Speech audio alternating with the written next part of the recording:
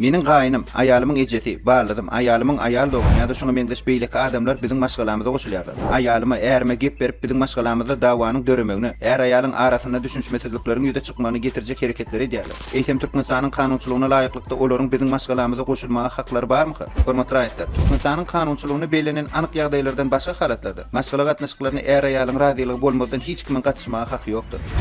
Türkmenistanyň maşgala kodeksiniň 3-nji maddasynyň 2-nji bölüginiň 7-nji bendinde maşgalanyň işlerine başga bir ýeriniň gatnaşmagyna ýol berilmeýändigi agdalan kodeksiň 8-nji maddasynyň 1-nji bölügine laýyklykda bolsa, eger Türkmenistanyň maşgala kodeksinde başgaça bellenmedik bolsa, raýatlar maşgala gatnaşyklarynyň, maşgala hukuklaryndan, şol sanyna bu hukuklaryň gorulmagynyň gelip çykýan özlerini degişli hukuklary öz garamagyna görä ygtyýarlyk edýändikleri barada bellendendir. Bundan başga Türkmenistanyň baş kanuny bolan Türkmenistanyň konstitusiýasynyň 37-nji maddasynda her bir adamyň şahsy durmuşynyň eldegilmezligini, şahsy we maşgala sırlaryna we olara eden etdilikli gatnaşylmagyndan gorunmagy hakynyň bardygy baradan utalandyk hakyny bellemek bilen agdalan soraglar boýunça hukuklaryňyzyň netijeli durmuşa geçirilmegini gazanmak üçin adwokatlaryň hyzmatyndan peýdalanmak maslahat berýär.